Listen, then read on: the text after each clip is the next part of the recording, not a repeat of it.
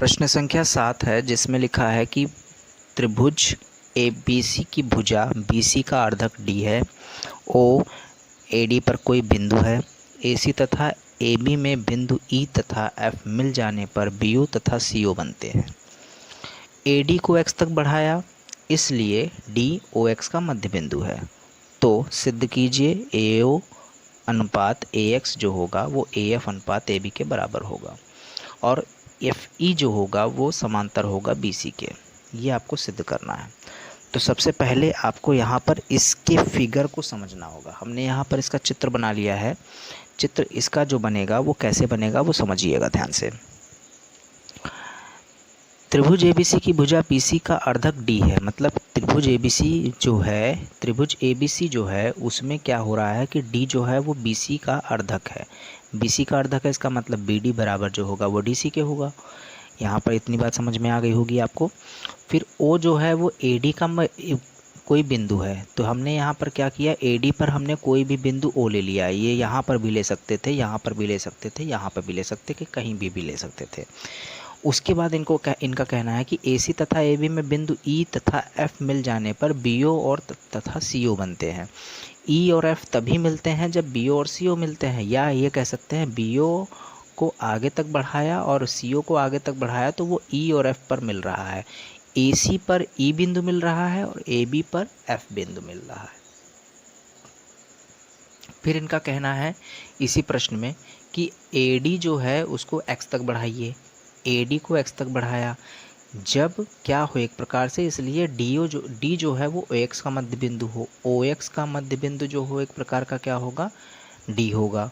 अब यहाँ पर हम कह सकते हैं कि सिद्ध करना है AO अनुपात AX AF अनुपात AB।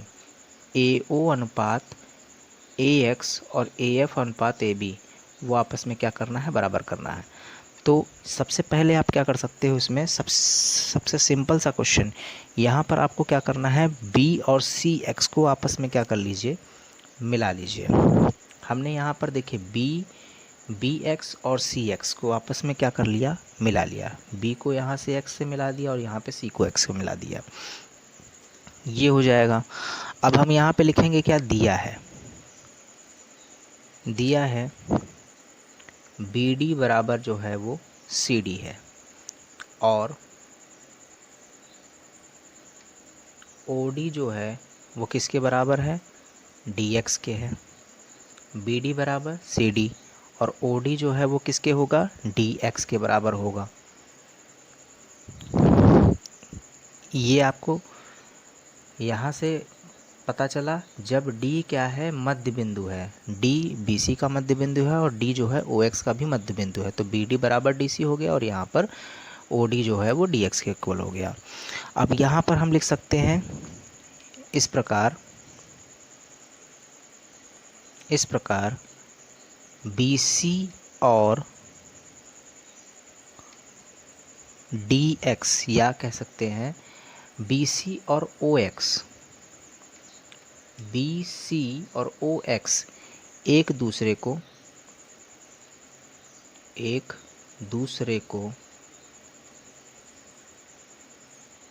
समद्विभाजित करते हैं। आप ये लिख सकते हो, समद्विभाजित करते हैं। अतः समद्विभाजित करते हैं यह तभी संभव है, आप ये समझ सकते हो कि देखिए OBXCO एक यहाँ पर चतुर्भुज है और चतुर्भुज में जब विकर्ण आपस में क्या होते हैं, एक दूसरे को समद्विभाजित करते हैं, तो इसका मतलब वो क्या होते हैं, एक समांतर चतुर्भुज कहलाते हैं। तो यहाँ पर हम लिख सकते हैं कि अतः OBXC के समांतर है, ये आप लिख सकते हो।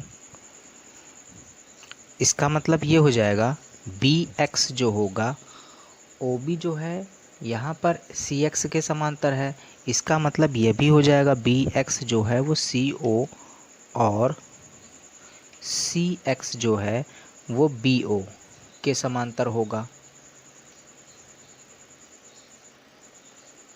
ये आप लिख सकते हो।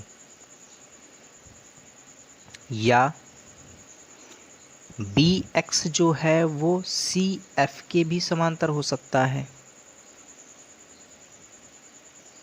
और सी एक्स जो है, ऐसे समझिएगा, देखिए ध्यान से, यहाँ पर बी एक्स जो है वो सी एफ तक भी जा रही है ना लाइन, तो यहाँ पर बी एक्स जो है सी ओ के जब समांतर हो गया तो बी एक्स जो होगा वो सी एफ के भी समांतर हो जाएगा। और इधर से देखिए सी एक्स जो है अगर बी ओ के समांतर है तो सी एक्स जो है वो बी ई के समांतर हो जाएगा।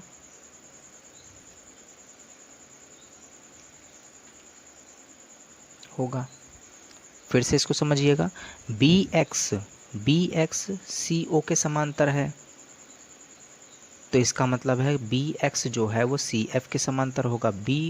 अगर बी एक्स जो है वो सी ओ के समांतर है, इसका मतलब बी एक्स जो होगा वो सी एफ के समांतर होगा। और सी एक्स जो है अगर बी ओ के समांतर है, इसका मतलब सी एक्स जो होगा वो बी ई के समांतर होगा। ये दोनों को हम साथ साथ लेकर के चल रहे हैं। त्रिभुज ए बी एक्स में, त्रिभुज ए बी एक्स में अब यहाँ पर आपको ये देखना है कि जब समांतर की बात हो गई है, बी एक्स जो है वो किसके समांतर हो गया, एफ ओ के समांतर हो गया है ना। यहाँ पर आप लिख सकते हो बी एक्स जो है वो किसके समांतर हो जाएगा, ओ एफ के समांतर होगा, क्योंकि बी एक्स जो है वो सी एफ के समांतर है, तो इसका मतलब ये ओ एफ के समांतर भी होगा। तो ये हमको मिल गया, बी एक्स जो है ओ एफ के समांतर है, तो इसका मतलब है अतः क्या हो जाएगा यहाँ पर, प्रमेय द्वारा या प्रमेय से ए ओ अपॉन में ए एक्स बराबर होगा किसके, ए एफ अपॉन में ए बी के।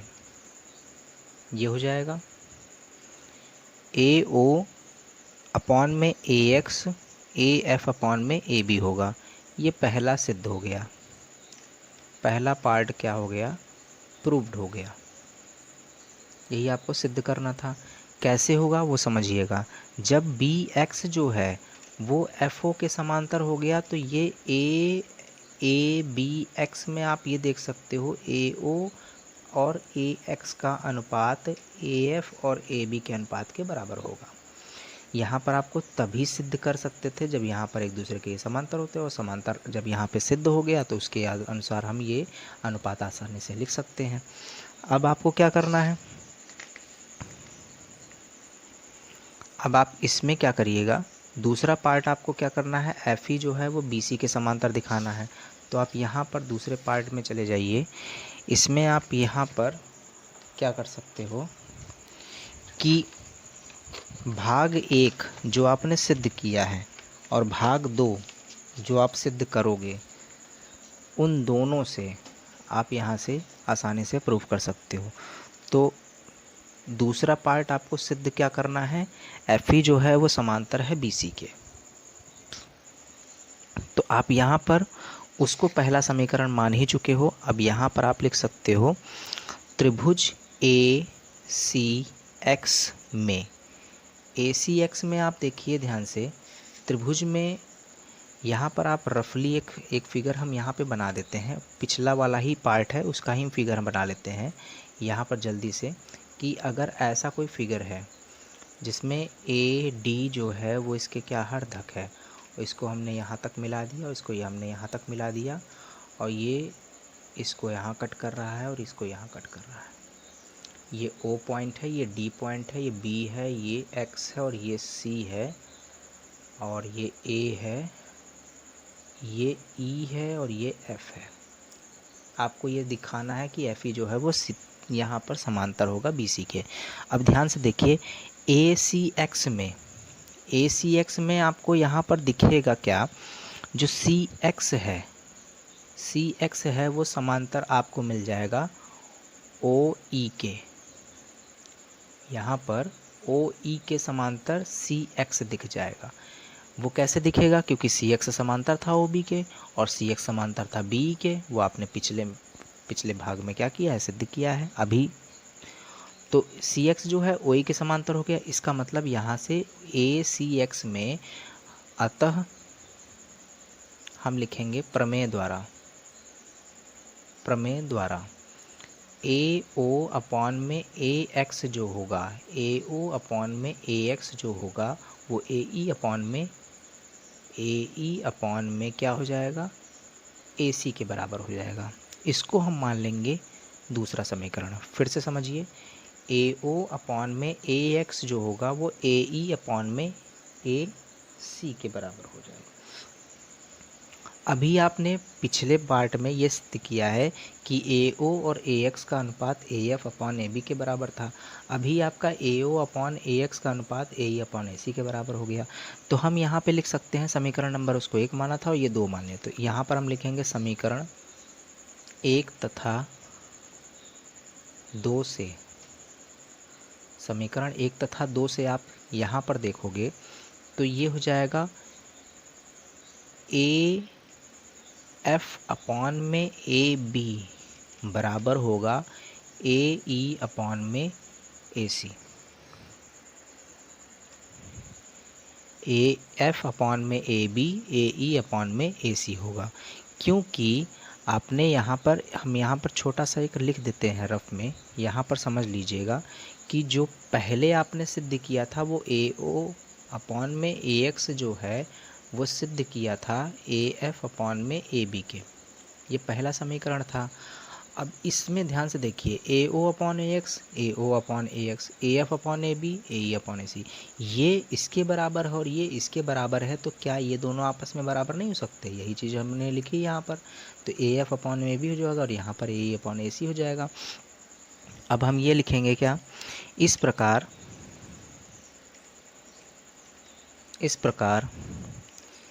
ई तथा एफ